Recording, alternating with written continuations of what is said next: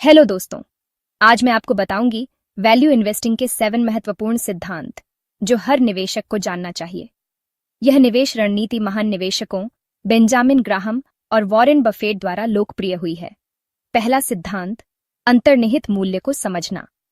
किसी भी कंपनी के शेयर की असली कीमत उसकी बैलेंस शीट, कैश फ्लो और भविष्य की कमाई की संभावना के आधार पर तय होती है। मार्केट में कीमतें निवेशकों की भावनाओं के कारण घटती बढ़ती रहती हैं, लेकिन कंपनी की असली कीमत नहीं बदलती। दूसरा सिद्धांत, मार्जिन ऑन ऑफ सेफ्टी। निवेश हमेशा कम जोखिम पर किया जाना चाहिए। अगर किसी स्टॉक की असली कीमत RSI 100 है और वह RS 70 पर मिल रहा है, तो इसे सेफ्टी मार्जिन माना जाता है, जो निवेश को सुरक्षित बनाता है। तीसरा सिद्धांत, लंबी अवधि का नजरिया। वैल्यू इन्वेस्टिंग में जल्दी अमीर बनने का रास्ता नहीं है। शेयरों को कई सालों तक होल्ड करने से असली फायदा मिलता है। चौथा सिद्धांत, मिस्टर मार्केट का सिद्धांत। बेंजामिन ग्राहम ने शेयर बाजार को मिस्टर मार्केट का नाम दिया, जो रोज अलग अलग मूड में रहता है, कभी बहुत उत्साहित और कभी बहुत निराश। एक समझदार निवेशक तभी खरीदता है जब बाजार में डर हो और स्टॉक्स सस्ते मिल रहे हों। पांचवा सिद्धांत, गुणवत्ता वाली कंपनियों में निवेश करें।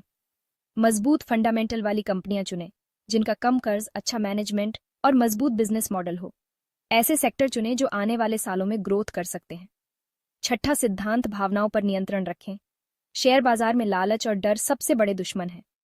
जब स्टॉक सस्ते हों तो खरीदें और जब बहुत महंगे हो जाएं तो बेचें।